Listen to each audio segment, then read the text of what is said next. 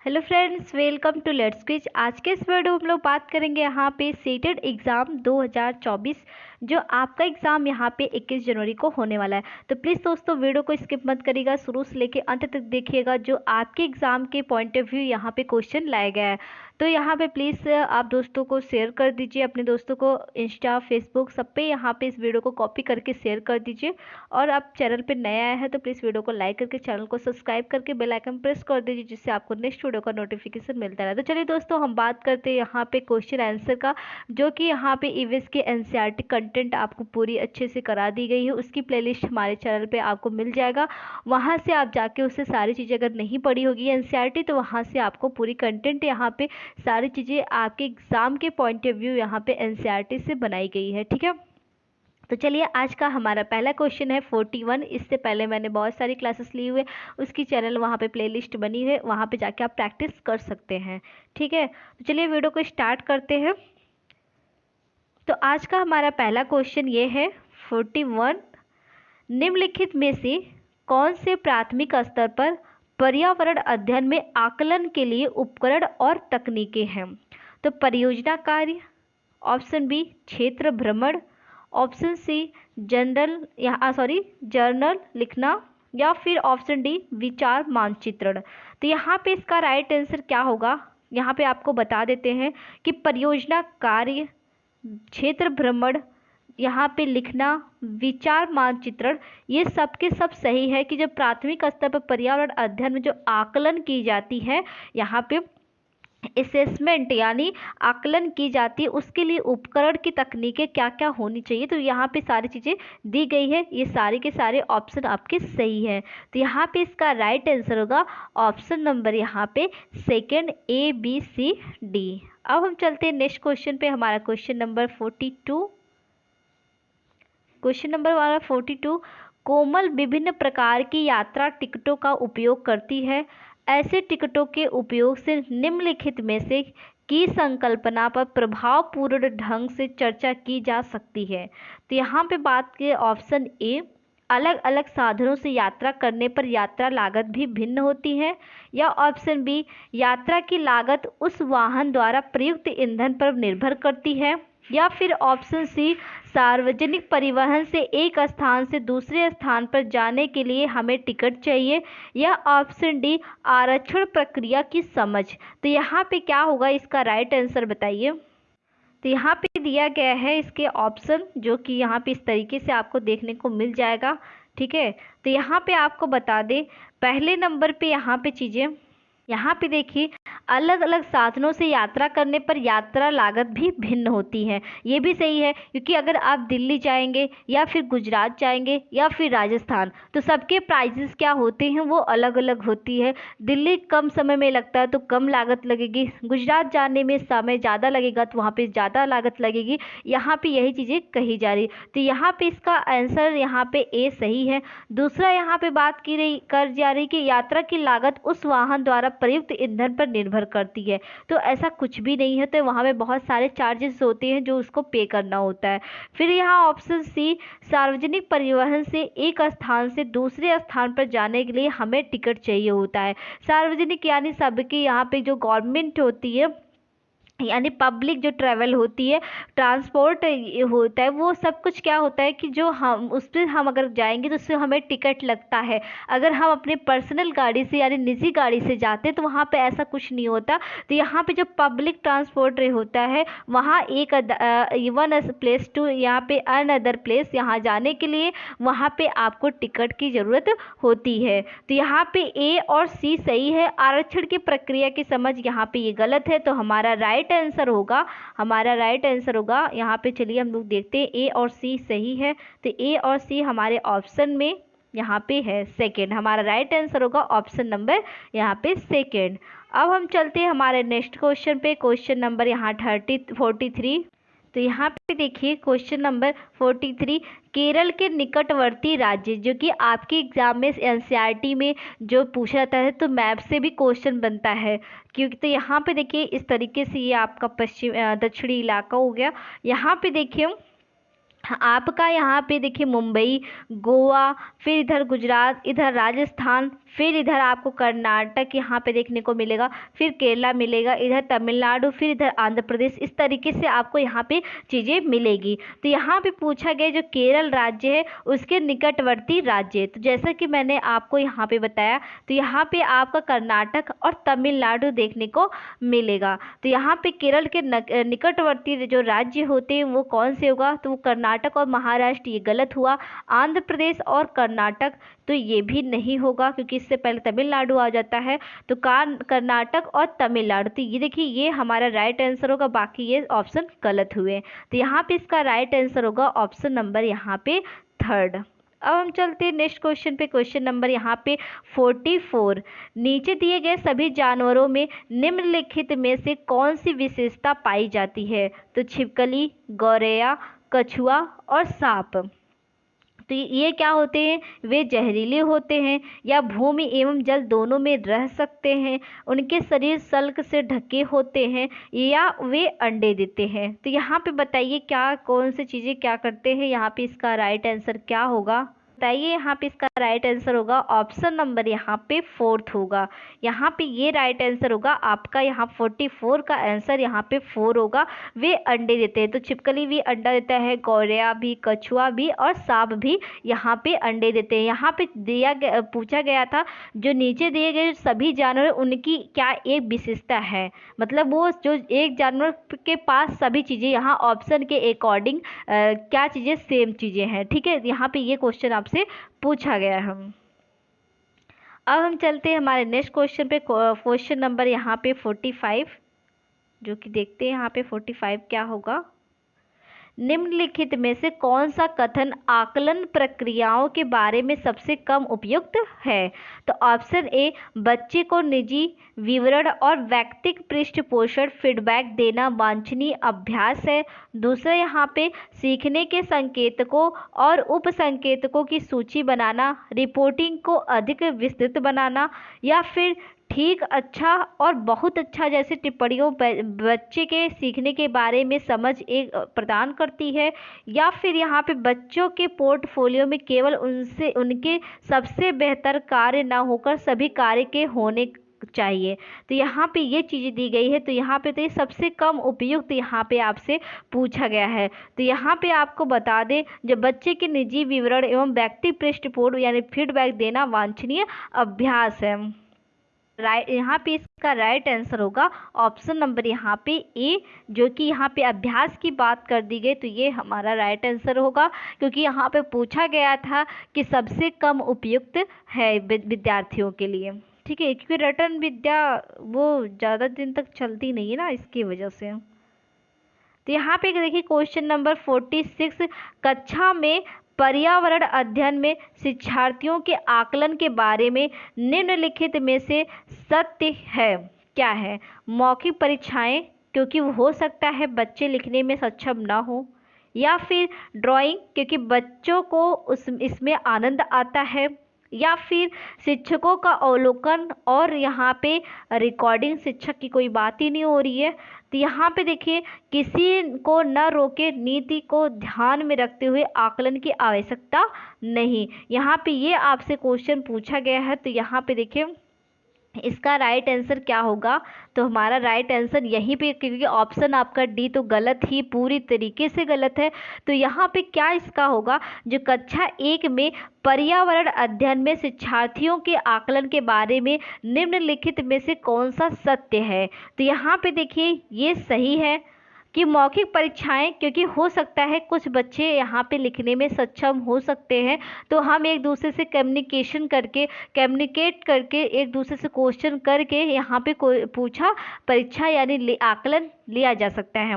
इसके बाद ऑप्शन यहाँ पे बी, जो ड्राइंग यानी क्योंकि बच्चों को इसमें आनंद आता है, मतलब जब तक कोई क्लास एक्टिविटी नहीं हो, रचनात्मक ना हो, तब तक बच्चों को क्या होता है कि आनंद नहीं आता है, वो किसी काम में उनमें उनको रुचि नहीं होती है। जब तक उनको रुचि नहीं होगी तब तक वो चीज़ें क्यों करेंगे, मतलब जैसे होता है ना मोटिवेशन, जो आंतरिक मोटिवेशन होता है, इंटरनल यहाँ पे इंटर जो चीज़ें आपके अंदर होती है, इंटरनल मोटिवेशन होती है, वो क्या होता है कि वो आपको यहाँ पे मोटिवेट रखता है। अगर कोई बाहरी से कि आप पुरस्कार दे दो या फिर आप सीटेट पास कर दो मैं आपको एक चॉकलेट दूंगी, या फिर सीटेट पास कर दो मैं आपको कुछ गिफ्ट यहाँ पे दूंगी, तो इस तरीके से यहाँ पे बाहरी कुछ दिन तक ही आप यहाँ पे क्या होगा, कुछ दिन तक ही आप यहाँ पे बस लगे रहेंगे। लेकिन जब तक आप अंदर से इंटरनल यहाँ पे अंदर से मोटिवेशन नहीं होंगे, इंटरनल मोटिवेशन नहीं होगा कि नहीं मुझे सीटेट तो निकालना ही निकालना है, मेरे को जॉब लेनी है, किसी हालत में कैसे भी करके मेरे को यहाँ पे जॉब लेनी है। अगर इस तरीके की भावना आपके अंदर अंदर आ जाती है ना, तो उससे क्या होगा, वो चीज़ें आप कैसे भी करके वो उसे अचीवमेंट यहाँ पे ला ही सकते हो। ठीक है, ये रही बात आपके इंटरनल मोटिवेशन की। लेकिन यहाँ पे जो बात की जा रही है ड्राइंग, क्योंकि बच्चों को इसमें आनंद आती है, तो बच्चों को आनंद इसीलिए आती है जैसे कोई चीज़ आप दे दिए उनको एक्टिविटी करने के लिए खुद से, कि आप खुद से करो एक्टिविटी, तो वो क्या होता है, वो आनंद पूर्वक वो कार्य को करते हैं। ठीक है, जैसे कि अभी कोई चीज़ दे दिया कि चलो बच्चों सामूहिक कार्य कोई दे दिया, या फिर इसके बाद या उनको दे दिया गया कि कोई चीज़ें यहाँ पे आज आपका प्रैक्टिकल है, आप कुछ ये बना दो कहीं, या फिर समूह में कोई चीज़ें बना दो, इस तरीके से होता है ना कॉलेज स्कूलों में। तो इस तरीके से अगर उनको दे तो उनका मन लगेगा वो चीज़ें, तो वो क्या होता है, जब तक वो क्लास एक्टिविटी यानी रचनात्मक नहीं होता तो बच्चों को ऐसा कोई आनंद नहीं आता। तो ये आपको क्लास में रखना चाहिए। तो यहाँ पे ऑप्शन बी भी सही है। सेकंड यहाँ पे देखिए शिक्षकों का अवलोकन और रिकॉर्डिंग, यहाँ पे शिक्षकों का अवलोकन और रिकॉर्डिंग की बात कर रही है, ऑब्जर्वेशन ऑफ एंड रिकॉर्डिंग की बात की जा रही है, जो चीज़ें यहाँ पे होनी चाहिए। तो ये भी आपके यहाँ पे क्या होता है, जो टीचरों में भी ये चीज़ें होनी चाहिए। तो यहाँ पे हमारा राइट आंसर देखते हैं, यहाँ पे ऑप्शन नंबर यहाँ पे क्या क्या सही है। ऑप्शन नंबर हमारा ए बी सी यानी तीनों आपका सही है, बाकी डी आपका गलत है। किसी को ना रोके नीति को ध्यान में रखते हुए आकलन का कोई आवश्यकता नहीं है। क्यों नहीं है, क्योंकि जब तक कोई चीज़ अगर आकलन फीडबैक नहीं मिलेगा तो चीज़ें कैसे समझ में आएगी। ठीक है, बच्चे ने कैसे सीखा, कितना सीखा। अब हम चलते हैं हमारे नेक्स्ट क्वेश्चन पे। क्वेश्चन नंबर यहाँ पे 47, जैसा कि आपको दिख ही रहा होगा। प्रयोग करना आकलन का एक संकेतक है। ठीक है, प्रयोग करना यहाँ पे जो एक्सपेरिमेंटेशन होता है आकलन का एक संकेतक है। निम्नलिखित में से कौन सा एक प्रयोग करने संबंधी संकेतक का आकलन करने का सबसे उपयुक्त तरीका है। चित्र पठन या सृजनात्मक लेखन, निर्देशन या प्रदर्शन, या हस्त परक गतिविधि। तो यहाँ पे इसका राइट आंसर क्या होगा, तो यहाँ पे आपको बता दें कि यहाँ पे सबसे अच्छा, यहाँ पे बता दूं सबसे अच्छा यहाँ पे देखिए यही आपका राइट आंसर होगा, फोर्थ आपका यहाँ पे ये हस्तपरक। क्योंकि चीज़ें जब खुद से करने को मिलती है ना, उससे क्या होता है कि इंसान बच्चा बहुत खुश हो जाता है कि मेरे को मिला है ये चीज़ें, मैं तो इसको सबसे अच्छा करके दूंगा।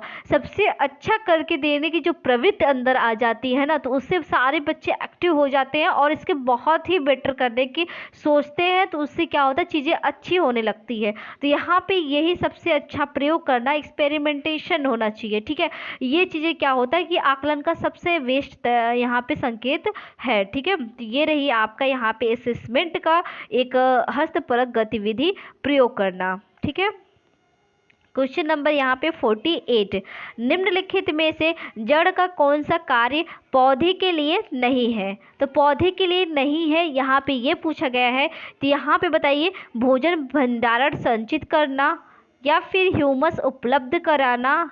एक मिनट, यहाँ पे देखिए पौधे का कि कौन सा नहीं, यहाँ पे ऑप्शन दिया होगा, यहाँ पे ऑप्शन नहीं दिया है, बस एक ही चीज़ दिया गया है कि यहाँ पे पूछा निम्नलिखित में से जड़ का कार्य कौन सा पौधे के लिए नहीं है। तो यहाँ पे बता दें कि इनका ये काम नहीं होता है। यहाँ पे आपका ऑप्शन ए ही सही हो, क्योंकि ह्यूमस उपलब्ध कराना, पौधे को सहारा देना, और इसके बाद एक मिनट यहाँ पे इसका ये राइट आंसर होगा ह्यूमस उपलब्ध कराना। बाकी तो यहाँ पे जड़ का कार्य होता है भोजन भंडारण संचित करना, पौधे को सहारा देना, जल तथा खनिजों का अवशोषण करना, ये यहाँ पे इसका राइट आंसर है। ठीक है, तो जड़ का ये सारी चीज़ें काम करती हैं, लेकिन यहाँ पे ह्यूमस उपलब्ध कराना ये इसका काम नहीं है। अब हम चलते हैं हमारे नेक्स्ट क्वेश्चन पे। क्वेश्चन नंबर यहाँ पे 49, पृथ्वी गोल है, वास्तव में पृथ्वी पर ऊपर नीचे कुछ नहीं होता। ठीक है, ओके ठीक है, केवल सापेक्ष होता है। हम भारत के लोग हैं, उसके भी यहाँ पे लोगों के सापेक्ष उल्टे होते हैं। तो यहाँ पे बताइए इस तरीके से भारत होता है, बाकी और यहाँ पे इस तरीके से कौन सा देश होता है जो यहाँ के सापेक्ष देखने पे उल्टा दिखाई देता है। तो चलिए हम देखते हैं यहाँ पे ऑप्शन ए अलास्का, ऑप्शन यहाँ पे second Libya, option third Algeria या ऑप्शन फोर्थ अर्जेंटीना।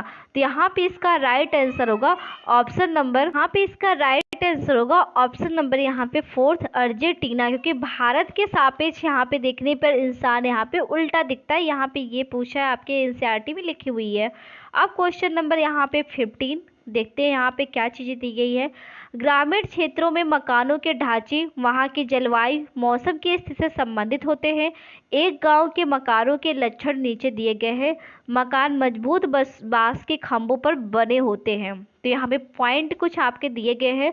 अंदर से भी मकान लकड़ी से ही बने होते हैं। दूसरा, मकान जमीन से 3 मीटर से 3.5 मीटर ऊंचाई पर बने होते हैं। इसके बाद मकानों की जो छतें होती हैं वो ढालूदार होती है। तो बताइए यहाँ पे कौन सा घर आपको देखने को मिलता है। तो जैसा कि मैंने आपको बताया था, एनसीईआरटी की जो आवास जो यहाँ पे क्वेश्चन आवाज जो टॉपिक था, शेल्टर टॉपिक थी, उसमें मैंने आपको बताया था जो शेल्टर टॉपिक में था उसमें जो बांस के घर जो बनाए जाते हैं और मजबूत खंबे पे बनाया जाता है, यानी 10 से 12 फीट के ऊपर बनाया जाता है। कहीं कहीं आपको देखने को मिलता है 3 से 3.5 मीटर यहाँ पे आपको देखने को मिलता है, जैसे कि अभी आपके स्क्रीन पर दिख रहा होगा। तो क्वेश्चन में ये भी पूछ लेता है 10 से 12 फीट, ठीक है, 10 से 12 फीट भी पूछ लेता है। तो ये दोनों चीजें आपको याद रखनी है।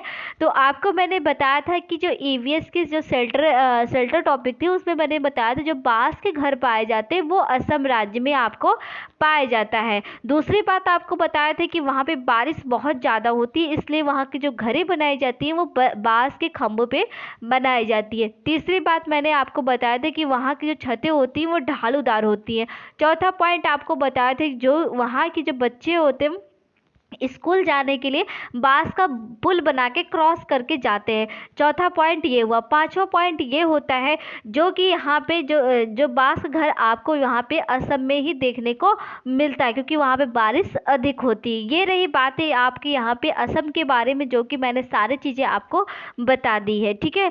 तो ये रही आपके बात यहाँ पे। अब हम चलते हैं यहाँ पे, इसका राइट आंसर होगा ऑप्शन नंबर यहाँ पे असम। क्यों, देखिए इस गाँव में भारी वर्षा होती है। यह गाँव किस राज्य में होना चाहिए? तो बताइए यहाँ पे असम राज्य में, ठीक है।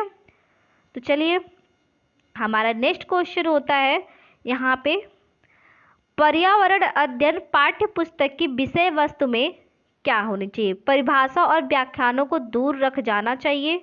ऑप्शन बी, रट कर सीखने को हतोत्साहित करना चाहिए, ठीक है।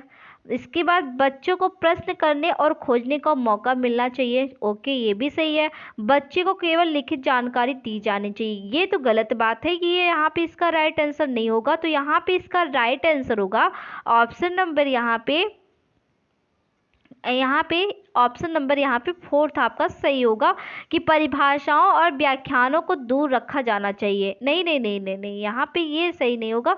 यहाँ पे देखिए ये गलत होगा और यहाँ पे ये भी गलत थी आपका, यानी बी और सी यहाँ में हमारा सेकंड आंसर सही होगा, ऑप्शन नंबर यहाँ पे सेकंड। अब हम चलते हैं हमारे नेक्स्ट क्वेश्चन पे। एक मिनट, इस क्वेश्चन को हमको फिर से देखना चाहिए। यहाँ पे बोला गया है पर्यावरण अध्ययन पाठ्य पुस्तक की विषय वस्तु में क्या रखना चाहिए? परिभाषाओं और व्याख्यानों को दूर रखा जाना चाहिए। परिभाषाओं और व्याख्यानों को दूर रखा जाना चाहिए, ठीक है। परिभाषा और व्याख्या को दूर रखते हैं। रटकर सीखने में, क्योंकि रटना नहीं है हमको, इसको हतोत्साहित करना चाहिए, चीज़ें समझना चाहिए, बच्चे को प्रश्न करने का। यहाँ पे इसका राइट आंसर होगा ऑप्शन नंबर यहाँ पे फोर्थ सही होगा, क्योंकि ए बी और सी तीनों सही हैं। अब हम चलते हैं हमारे नेक्स्ट क्वेश्चन पे। क्वेश्चन नंबर यहाँ पे 52। कक्षा 5 का रोहन अक्सर समय पर पर्यावरण अध्ययन की शिक्षिका के पास दत्त कार्य जमा नहीं कराता। इससे निपटने का सर्वोत्तम सुधारात्मक उपाय हो सकता है। तो क्या होगा? ऑप्शन ए, इस बात के विषय में प्रधानाचार्य को सूचित करना, या फिर उसे खेल कूद की कक्षा में जाने से रोकना, या फिर यहाँ पे अनियमितता के कारण पता करना, और यहाँ पे क्या लिखा है, समीर को परामर्श करना या फिर उनकी अनियमितता के बारे में अभिभावकों के लिए नोट लिखना। तो यहाँ पे इसका राइट आंसर होगा, देखिए ये आपके क्वेश्चन आपके बीपीएससी के पीआरटी के फर्स्ट पेपर जो होते वो उसमें ये पूछा गया था कि बीपीएससी जो टीचर गवर्नमेंट अभी जो जल्द में 2023 में हुआ ज्वाइनिंग, तो यहाँ पे यही चीज़ें बताई जो 52 का यही सेम चीज़ यही आ गया था। तो यही आपको बता रहे कि चीज़ें यहाँ पे फिर से रिपीटेड होती है, इसलिए प्रीवियस ईयर बहुत देखना बहुत ही ज़रूरी होता है। तो यहाँ पे कक्षा 5 के रोहन अक्सर समय पर पर्यावरण अध्ययन की शिक्षिका के पास दत्त कार्य जमा नहीं कर पाता है, तो उस शिक्षिका को यहाँ पे क्या करना चाहिए। तो यहाँ पे इसका यहाँ पे यही राइट आंसर होगा ऑप्शन नंबर यहाँ पे थर्ड, अनियमितता के कारण पता करना और समीर को परामर्श देना। ठीक है, अब चलते हैं हमारे नेक्स्ट क्वेश्चन पे। यहाँ आप देखिए 53 आंसर होगा, सॉरी क्वेश्चन दिख रहा होगा। वायु प्रदूषण प्रकरण पढ़ाने के लिए 4 अलग अलग विज्ञान शिक्षक 4 तरह की शिक्षण विधियों का पद्धतियों का प्रयोग करते हैं। ठीक है, किसी मतलब वायु जो प्रदूषण होता है उसका जो पढ़ाने के लिए यहाँ पे जो मेथड जो अपनाया जा रहा है वो शिक्षण पद्धतियों में प्रयोग करते हैं, मतलब 4 तरह की शिक्षण पद्धतियों का प्रयोग करते हैं। निम्नलिखित में से कौन सा पद्धति सबसे ज़्यादा उपयुक्त है, यहाँ पे चलिए देखते हैं। पहला हमारा क्या होगा कि जो प्रकरण पूरा करने के बाद अभ्यास में दिए गए सभी प्रश्नों का उत्तर लिखवाना। ये कोई सही बात नहीं है, इसमें कोई ऐसा लॉजिक नहीं है कि मतलब कि अभी मैंने आपको पढ़ाया कंटेंट फिर आपसे क्वेश्चन करके इसका लिखवा दिया। समझ में मतलब आपको क्या करना होता है कि बच्चों को समझ में मतलब अच्छे से समझाना चाहिए। ये नहीं करना चाहिए कि मतलब जैसे कि फटाक से मैंने बता दिया किताब कंप्लीट हो गई फटाक से इसको लिखवा दो, ऐसा इसका क्वेश्चन आंसर बच्चा रट ले, ऐसा नहीं होना चाहिए। कि जो चीज़ें कराओ उसको अच्छे से उनको समझ में आनी चाहिए, ये ज़्यादा इम्पॉर्टेंट होता है, ना कि यहाँ पे उस टॉपिक को पढ़ा के उसका आंसर लिखा देना। तो ये हमारा पहला आंसर नहीं होगा, ये तो वही गलत है। दूसरा हम देखते हैं यहाँ पे विद्यार्थियों को वायु प्रदूषण पर वृत्त चित्र दिखाना। देखिए यहाँ पे वृत्त चित्र दिखाना ये तो एक मतलब एक काम हो गया, फिर इसके बाद और चीज़ें ये भी तो अधूरा है ना, तो ये भी यहाँ पे गलत हुआ। थर्ड हम देखते हैं विद्यार्थियों से कहना है कि वे दीपावली से पहले और बाद में वायु के नमूने इकट्ठे करें और उनकी गुणवत्ता का अध्ययन करते हुए निष्कर्षों पर सारणीकृत करें। ठीक है, चौथा ऑप्शन भी देख लेते हैं। विद्यार्थियों को पाठ्य पुस्तक में से प्रकरण का सस्वर पठन करने के लिए कहना, फिर और संकल्पना शब्दावली का अर्थ स्पष्ट करना। कॉन्सेप्ट थर्ड, ये तो गलत बात है, ये भी गलत है। यहाँ पे तो हमारा राइट आंसर ही होगा ऑप्शन नंबर यहाँ पे थर्ड। ठीक है, यहाँ पे ऑप्शन नंबर थर्ड, क्योंकि यहाँ पे बोल रहा है कि asking the student of the collect air samples, मतलब विद्यार्थियों से कहना है कि दीपावली से पहले और बाद में वायु के नमूने इकट्ठे करें, मतलब वायु के नमूने इकट्ठे करें और उनकी गुणवत्ता के अध्ययन करते हुए निष्कर्षों पर सारणीकृत करें। यहाँ पे ये क्वेश्चन आपकी मतलब क्वालिटी की बात की जा रही है, ये चीज़ें यहाँ पे बात हो रही है। ठीक है, तो यहाँ पे इसका राइट आंसर होगा ऑप्शन नंबर यहाँ पे थर्ड।